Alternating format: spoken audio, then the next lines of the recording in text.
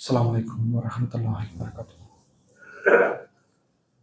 الحمد لله نحمده ونستعينه ونستغفره ونعوذ بالله من شرور أنفسنا ومن سيئات أعمالنا. من يهده الله فلا مضل له ومن يضلل فلا هادي له. وأشهد أن لا إله إلا الله وحده لا شريك له وأشهد أن محمدا عبده ورسوله أما بعد. فقد قال الله تعالى في المحكم القرآن الكريم: أعوذ بالله من الشيطان الرجيم. بسم الله الرحمن الرحيم. يا أيها الناس اتقوا ربكم الذي خلقكم من نفس واحدة وخلق منها زوجها وبث منهما رجالا كثيرا ونساء واتقوا الله الذي تساءلون به والأرحام إن الله كان عليكم رقيبا. يا أيها الذين آمنوا اتقوا الله حق تقاته ولا تموتن إلا وأنتم مسلمون.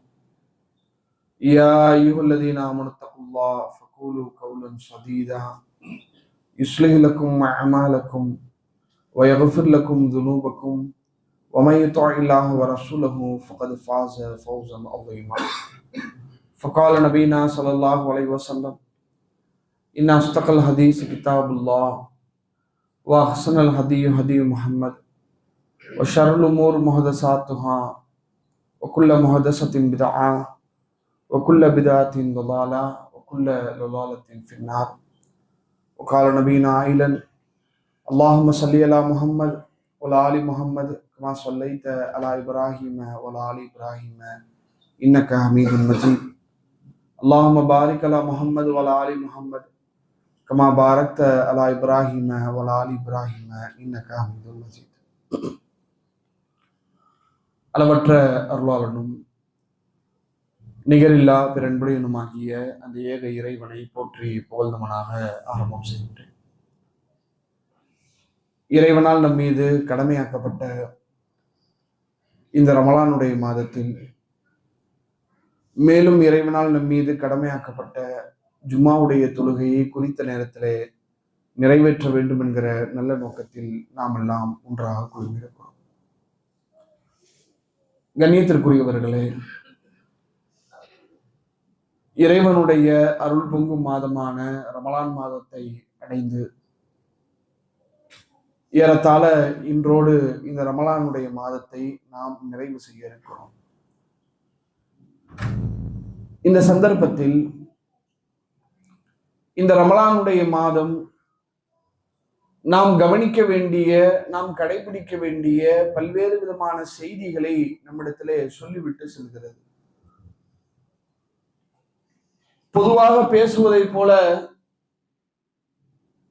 ரமலானுக்கு முன்பு எந்த விதமான அமல்களிலும் ஈடுபடாமல் இருந்தோம், ரமலான் மாதத்தில் ஏராளமான அமல்களை செய்திருக்கிறோம், மற்ற மாதங்களிலும் ரமலானிலே செய்ததை போல அமல்களை நாம் தொடர்ந்து செய்ய வேண்டும், மற்ற மாதங்களிலும் தொழுகையை சரியான முறையில பேண வேண்டும், மற்ற மாதங்களிலும் வீணான காரியங்களை விட்டு விலகி இருக்க வேண்டும். இது போன்ற செய்திகளை ரமலான் நமக்கு கற்றுத் தந்திருக்கிறது, பயிற்சி தந்திருக்கிறது என்பது போன்ற இந்த வெளிப்படையான செய்திகள் மட்டும் இல்லாமல்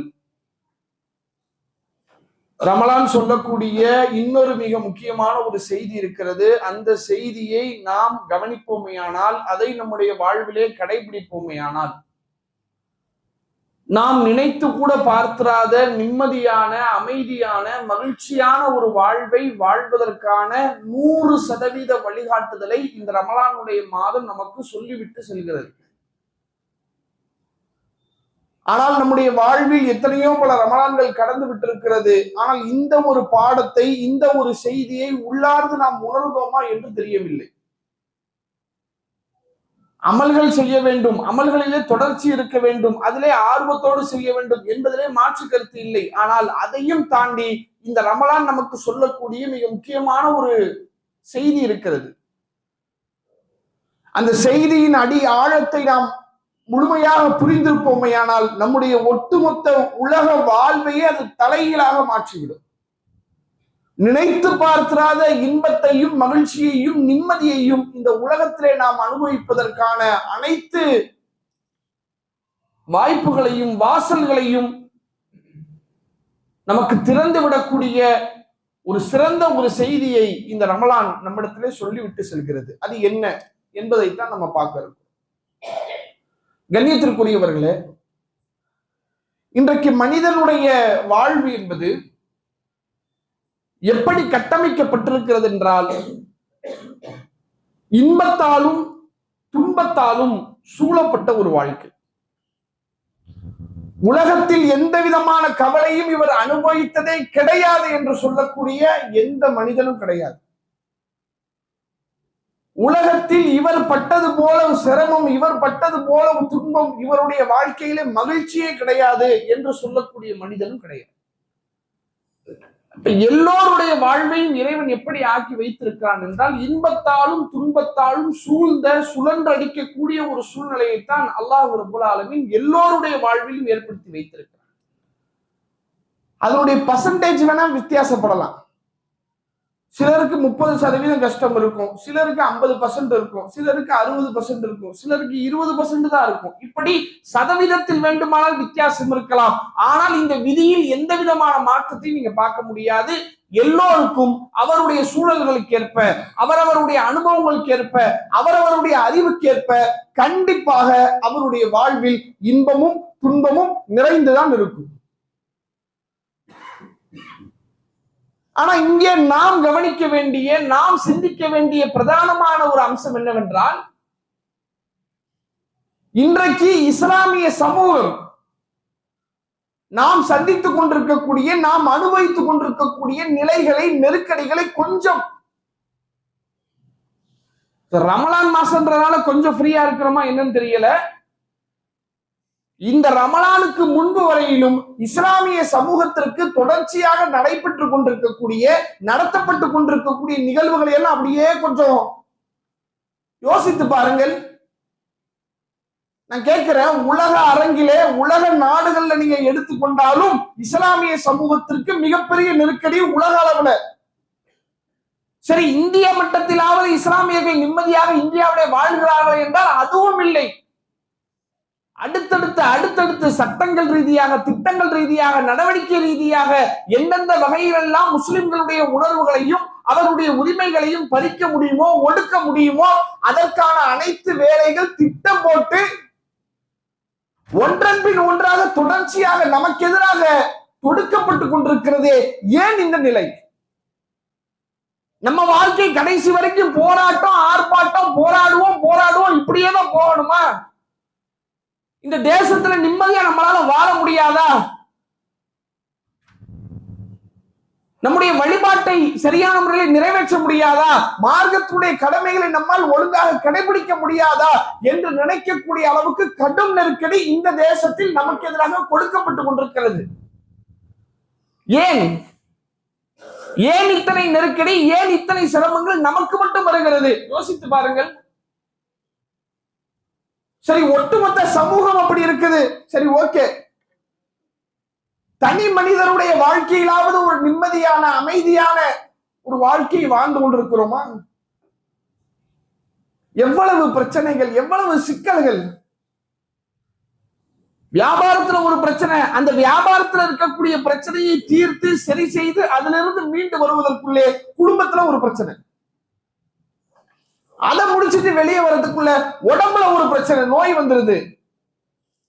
அதுல இருந்து மீண்டு வருவதற்குள்ள குழந்தைகளுக்கு ஒரு பிரச்சனை. இப்படி நம்முடைய வாழ்க்கையிலும் அடுத்தடுத்து சிக்கல்களால், சிரமங்களால், கஷ்டங்களால், பிரச்சனைகளால் இப்படி சிக்க வைக்கப்பட்டு கொண்டே இருக்கிறோமே. ஏன் நம்முடைய வாழ்க்கை இப்படி கட்டமைக்கப்படுகிறது? இது நம்ம சாதாரணமா கடந்துட முடியாதுங்க.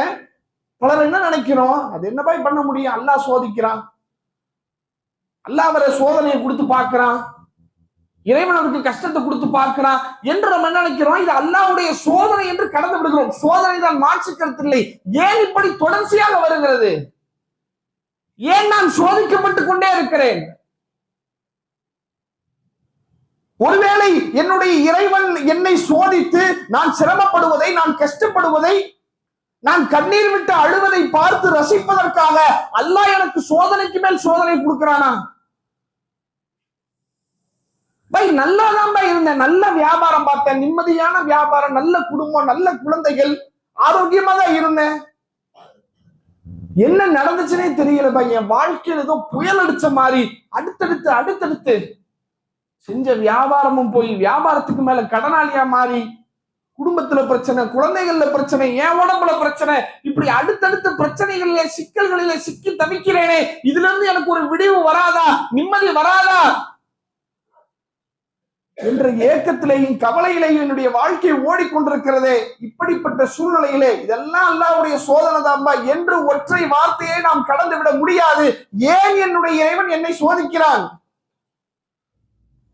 இப்படி அடுத்தடுத்த சிக்கல்களும் சிரமங்களும் என்னை நோக்கி வருவதற்கு என்ன காரணம்? என்னை வருத்தப்பட வைத்து இறைவன் சந்தோஷம் அடைகிறானா? நான் கஷ்டப்படுவதை பார்த்து இறைவன் மகிழ்ச்சி அடைகிறானா? இறைவன் அப்படிப்பட்டவனா? கிடையாது. அவன் அளவில்லா அருளாளன், அவன் நிகரில்லா அன்பாளன். என் தாய் என் மீது வைத்திருக்கக்கூடிய அன்பை விட, என் தந்தை என் மீது வைத்திருக்கக்கூடிய நேசத்தை விட கோடான கோடி மடங்கு அன்பையும் நேசத்தையும் என் மீது வைத்திருக்கக்கூடியவன் என்னுடைய இறைவன். எனக்கு எது நல்லது, எதை செய்தால் நான் நல்லா இருப்பேன் என்பதை என் விஷயத்திலே என்னுடைய பெற்றோர்கள் எவ்வளவு அக்கறை கொள்கிறார்களோ அதை விட 1000 மடங்கு என் மீது அக்கறை கொள்ளக்கூடியவன் என்னுடைய இறைவன். நபிகள் நாயகம் ஸல்லல்லாஹு அலைஹி வஸல்லம் அவர்கள் ஒரு சந்தர்ப்பத்துல சொல்றாங்க, ஒரு யுத்த காலத்துல எதிரிகள் என்ன செய்யறாங்கன்னா பிடிச்சுக்கிட்டு வராங்க அடிமைகளா. பிடித்துட்டு வரக்கூடிய அந்த அடிமைகள்ல ஒரு பெண்மணி என்ன செய்யறாங்கன்னா பால் ஊட்டக்கூடிய தன்னுடைய குழந்தைய வச்சுக்கிட்டு அவங்க அந்த கைதியா மாட்டிக்கிட்டாங்க போல வராங்க. வரக்கூடிய நேரத்துல அந்த பெண் என்ன செய்யறாங்கன்னா தன்னுடைய குழந்தைய அந்த கூட்ட நெரிசல்ல தவற விட்டுறாங்க. தவற விட்டு அந்த குழந்தை என்ன செய்யறாங்கன்னா அந்த பெண்மணி தேடுறாங்க, பார்த்தா குழந்தை கிடைக்கல. அந்த நேரம் அவர்களுக்கு பால் ஊட்டக்கூடிய அந்த ஒரு சூழல், அந்த ஒரு உணர்வு ஏற்படுகிறது. இப்ப அவங்க பால் கொடுத்தாகணும், இல்லாட்டி அது அவர்களுக்கு பல சிரமத்தை ஏற்படுத்தும். இப்ப இந்த சந்தர்ப்பத்தில் இந்த தாய் என்ன செய்யறாங்கன்னா அந்த கூட்டத்துல தன்னுடைய பிள்ளை எங்கன்னு அப்படியே தேடுறாங்க, பிள்ளை கிடைக்கல. கடைசியில கூட்டத்துல இருந்து வேறொரு பிள்ளை எடுத்து தன்னுடைய அந்த பால் ஊட்டக்கூடிய வேலையை முடிக்கிறாங்க. முடிக்கக்கூடிய நேரத்துல பார்த்தா அவங்களுடைய புள்ள கிடைச்சிருது. தொலைஞ்ச புள்ள கிடைச்ச உடனே அப்படியே தாய் சந்தோஷத்துல அந்த குழந்தையை வாரி அணைச்சு முத்தமிட்டு கெட்டி பிடிச்சு அந்த காட்சிகளை எல்லாம் அல்லாஹ்வுடைய தூதர் அவங்க பார்த்துட்டு சஹாபாக்கள்கிட்ட கேட்கிறாங்க, தோழர்களே, இந்த தாய் அவள் பெற்ற அந்த குழந்தையை நெருப்பிலே தூக்கி வீசி எறிவதை விரும்புவாளா? இந்த பிள்ளையை தூக்கிட்டு போய் நெருப்புல போடுறதுக்கு அந்த தாய் விரும்புவாளா அப்படின்னு கேட்ட உடனே சஹாபாக்களுக்கு அல்லாஹ்வுடைய தூதர், என்ன கேள்வி கேட்கிறீங்க? இவ்வளவு அன்பு அந்த குழந்தையின் மீது வைத்திருக்கக்கூடிய இந்த தாய் எப்படி அந்த பிள்ளைய நரகத்துல தூக்கி போய் நெருப்புல தூக்கி போய் வீசி எறிவா? வாய்ப்பே இல்லை அல்லாஹ்வுடைய தூதரை. அப்போது அல்லாஹ்வுடைய தூதர் அவங்க சொல்றாங்க, இந்த தாய் அந்த குழந்தையின் மீது வைத்திருக்கக்கூடிய அன்பை விட பல மடங்கு இறைவன் மூமின்கள் மீது வைத்திருக்கிறான், இறை நம்பிக்கையாளர்கள் மீது வைத்திருக்கிறான். அவர்களை நரகத்திலே தூக்கி வீசி எறிவதை அல்லாஹ் எப்படி விரும்புவான் என்று நபிகள் நாயகம் ஸல்லல்லாஹு அலைஹி வஸல்லம் மன்னவர்கள், இறைவன் அத்தனை பெரிய கருணையாளனாக இருக்கிறான், இறைவன் அத்தனை பெரிய இரக்கமுடையவனாக இருக்கிறான். நான் வேதனைப்படுவதை, நான் கஷ்டப்படுவதை ஒருபோதும் என்னுடைய இறைவன் விரும்பவே மாட்டான். அப்படி என்றால் எனக்கு ஏன் இத்தனை பெரும் சோதனை, ஏன் இத்தனை பெரும் சிக்கல்? நான் என்ன செஞ்சேன், ஏன் என் வாழ்க்கை இந்த மாதிரி ஆயிருச்சு என்றால் இந்த இடத்தில்தான், இந்த நிலையில்தான் ஒவ்வொரு தனி மனிதராக இருந்தாலும் சரி, இஸ்லாமிய சமூகமாக இருந்தாலும் சரி, அல்லது இஸ்லாமிய நாடாக இருந்தாலும் சரி, ஒவ்வொருவருடைய வாழ்க்கையிலும் நிம்மதியும் அமைதியும் மகிழ்ச்சியும் தழும்புவதற்கு இஸ்லாம் சொல்லக்கூடிய பிரதானமான இந்த ரமலானுடைய மாதம் நம்மிடத்திலே சொல்லிவிட்டு செல்லக்கூடிய அடிப்படையான செய்தி பாவ மன்னிப்பு. என் வாழ்க்கை என்ன ஆச்சுன்னு தெரியலையே, இப்படி புயல் அடிச்சு போட்ட மாதிரி ஆயிப்போச்சே என்று புலம்புறையே, உன்னுடைய வாழ்க்கை நல்ல முறையிலே, அமைதியான முறையிலே, சீரான முறையிலே மாற வேண்டும் என்றால் நீ அல்லாஹ்விடத்திலே பாவ மன்னிப்பு தேட வேண்டும். இறைவன் உன்னை சோதிக்கிறான், உன்னை சிரமப்படுத்துகிறான் என்றால் நீ கஷ்டப்படுறத பார்த்து ரசிக்கிறதுக்காக இல்ல, அந்த கஷ்டத்திலாவது இவன் அல்லாஹ்வை நோக்கி வருவானா? இறைவா, என் வாழ்க்கை இப்படி ஆயிப்போச்சே, நீ என்னை காப்பாத்து ரஹ்மானே என்று அல்லாஹ்விடத்திலே இவன் கையேந்தி என் பக்கம் திரும்ப வருவானா என்று பார்ப்பதற்காகத்தான் அல்லாஹ் உன்னை சோதிக்கிறான். உனக்கு ஏன் கஷ்டத்தை கொடுக்கிறான்? நீ கஷ்டப்பட்டு கடனாளியாகி நோயாளியாகி வருத்தத்துல வாழ்க்கையை வெறுத்து வாழ்வதற்கல்ல. இறைவா, இப்படி கஷ்டத்துல நான் மாட்டிக்கிறேனே, என்னை காப்பாத்து ரஹ்மானே என்ற அல்லாஹ்விடத்துல நீ வரணும். நீ வா, நீ வர வேண்டும் என்பதற்காக தான்ப்பா உனக்கு இந்த கஷ்டத்தை கொடுத்த. நீ என்கிட்ட வந்திருந்தனா உனக்கு எல்லா சிரமங்களையும் நான் நீக்கிருப்பேன். என்னிடத்துல கையேந்தி இறைவா என்னுடைய பாவங்களை மன்னித்து விடு என்று கேட்டிருந்தால் உன்னை சுற்றி இருக்கக்கூடிய சூழ இருக்கக்கூடிய அனைத்து பிரச்சனைகளை விட்டு உன்னை காப்பாற்றி இருப்பேன். ஆனா நீ என்ன பண்ண? உனக்கு நான் ஒரு பிரச்சனையை கொடுத்தேன். எதுக்கு? நீ ஏன் பக்கம் வரணுங்கிறதுக்கு. இவன் என்ன செய்யறாங்க? உட்கார்ந்துகிட்டு இந்த பிரச்சனையை நான் எப்படி சரி பண்றது?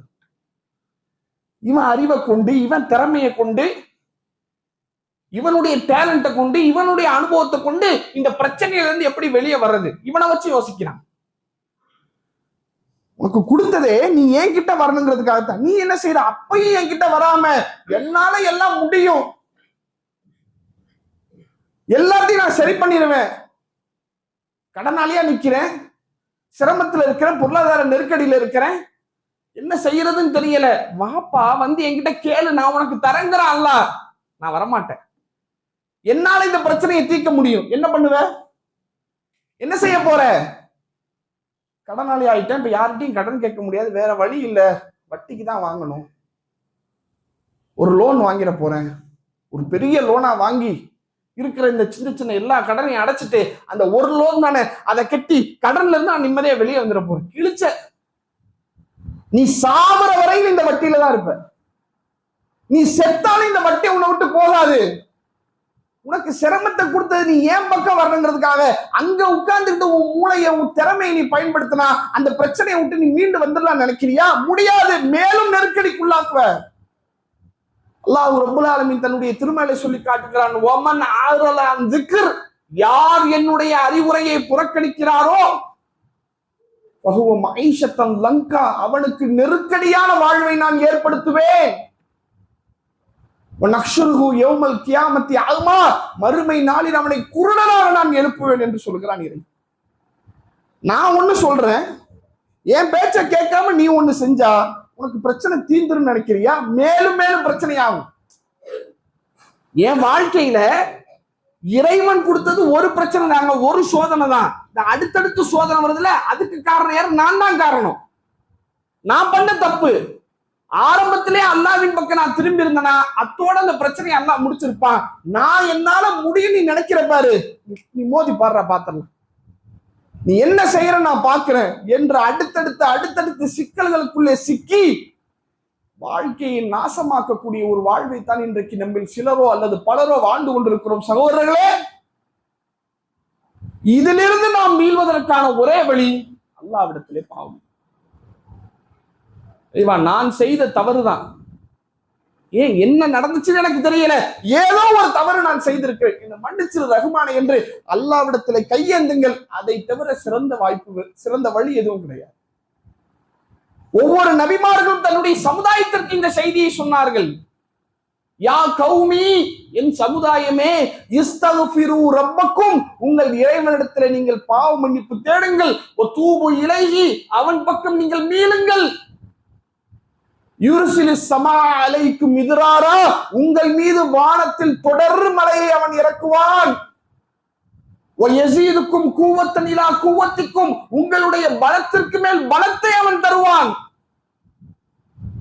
மழை இல்ல, தண்ணி இல்ல, பஞ்சத்துல இருக்கிறோம், கஷ்டத்துல இருக்கிறோம் என்று மக்கள் புலம்பும் போது அந்த நபிமார்கள் சொன்னார்களாம், நீ அல்லாஹ்விடத்திலே பாவ மன்னிப்பு தேடு. எப்ப மழைக்கும் பாவ மன்னிப்புக்கு என்னப்பா சம்பந்தம்? மழை பெய்யறதுக்கும் நான் பாவ மன்னிப்பு கேட்கறதுனால மழை பெஞ்சிருமா? மரம் வைங்க, மழை பெய்யுதுன்னா கூட ஒரு லாஜிக் இருக்குங்க. அந்த மரம் என்ன செய்யும்? மேகங்களை இழுக்கும், மழை வருது அப்படின்னா கூட ஒரு லாஜிக் ஏத்துக்கலாம். நான் பாவ மன்னிப்பு கேட்கறதுக்கு மழை பெய்யறதுக்கு என்ன சம்பந்தம் இருக்குது? நீ கேளு. நீ பாவ மன்னிப்பு கேட்கணுங்கிறதுக்காக தான் அல்லாஹ் உன்னை இந்த நிலைமையில வச்சிருக்கிறான். நீ கேட்டு அல்லாஹ்விடத்துல வா, உன் பிரச்சனையை அல்லாஹ் தீர்த்து வைப்பான். இது நபிமார்கள் செய்த அறிவுரை. சில நேரங்களில் அதெல்லாம் சொல்றது ஈஸி தான் பாய், சொல்லிட்டு போயிடலாம். பட்டாதான் தெரியும், சிரமத்தை அனுபவிச்சாதான் தெரியும். நான் படுற வேதனை, நான் படக்கூடிய துன்பம் அதெல்லாம் சொன்னா புரியுமா என்று நாம் சொல்லிவிடக் கூடாது என்பதற்காகவோ என்னவோ தெரியவில்லை, அல்லாஹ் ரப்புல் ஆலமீன் ஒரு நபியினுடைய வாழ்க்கையவே நமக்கு பாடமாக்குறார்.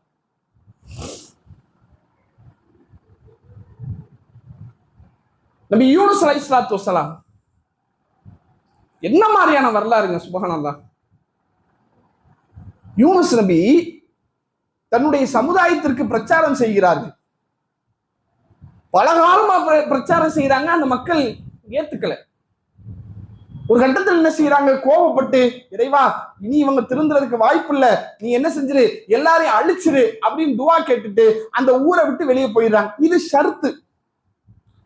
ஒரு நபி ஒரு சமுதாயத்தை அழிவுக்குள்ளாக்க வேண்டும் என்று பிரார்த்தனை செய்து விட்டால் அந்த ஊர்ல இருக்கக்கூடாது, அவர் போயிடணும். ஏன்னா நபி இருக்கும்போது அல்லாஹ் என்ன செய்ய மாட்டான், அந்த சமுதாயத்தை அழிக்க மாட்டான். கேட்டுட்டு யூனுஸ் நபி போயிடுறாங்க.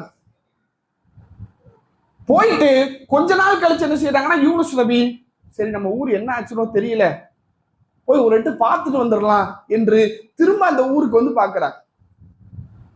பார்த்தா நிலைமை தலைகீழா மாறி இருக்குது.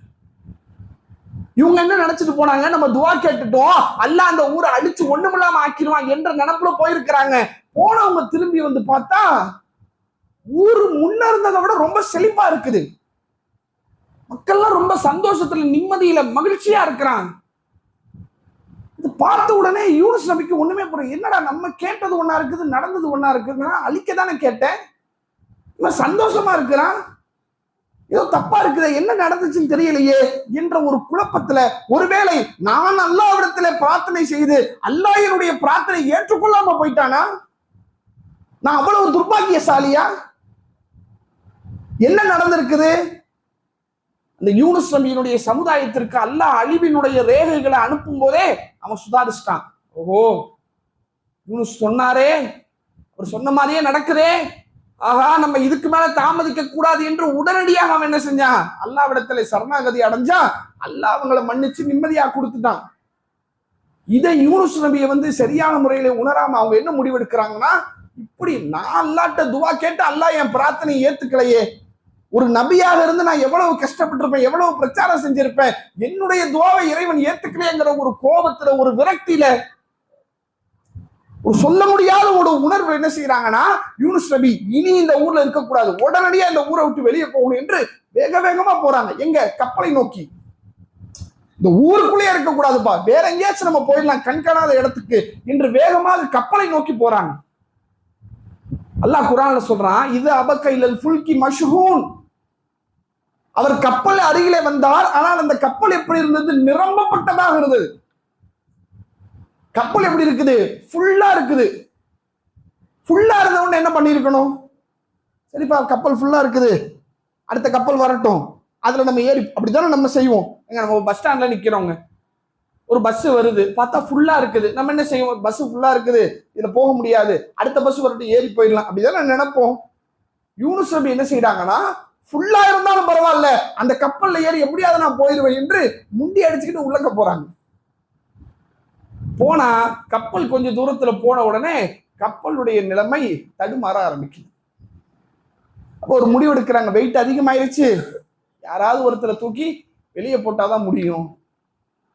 அப்ப இந்த ஒரு முடிவுக்கு வந்த உடனே யார் என்ன சொல்லுவா, பாய் நல்ல வேலை சொன்னீங்க, நான் வாழ்றதே வேஸ்ட், முதல்ல என்ன தூக்கி வெளியே போடுங்க பாய் அப்படின்னு யாரும் வருவாங்களா? இப்ப என்ன செய்யறது? எல்லாரும் சேர்ந்து முடிவெடுக்கிறாங்க, எல்லார் பேரையும் எழுதி போடுவோம், யார் பேர் வருதோ மறு வார்த்தை பேசாம எகிரி அவரே குதிச்சிடும். ஓகேவா? ஓகே, போடுங்க. போட்டு எடுத்தா யூனுஸ் நபியுடைய பேர். ஆல்ரெடி ஊர்லயே ஒரு வெக்ஸாயிது நிலைமையில தான் வந்திருக்கிறாங்க.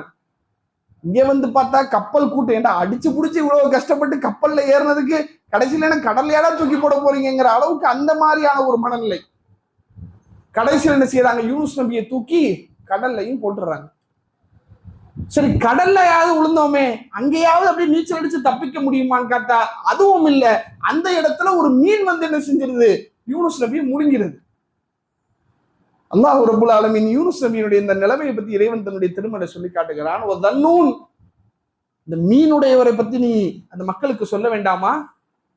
இஸ்ஸஹப முகாலிபன், அவர் கோபம் கொண்டவராக, வெறுப்படைந்தவராக அவர் வந்து வெளியேறினாரே. ஃபலன்னா அல்லன் நக்குதுர அலை, அவரை நாம் நெருக்கடிக்கு உள்ளாக்க மாட்டோம் என்று அவர் நினைத்துக் கொண்டாரோ.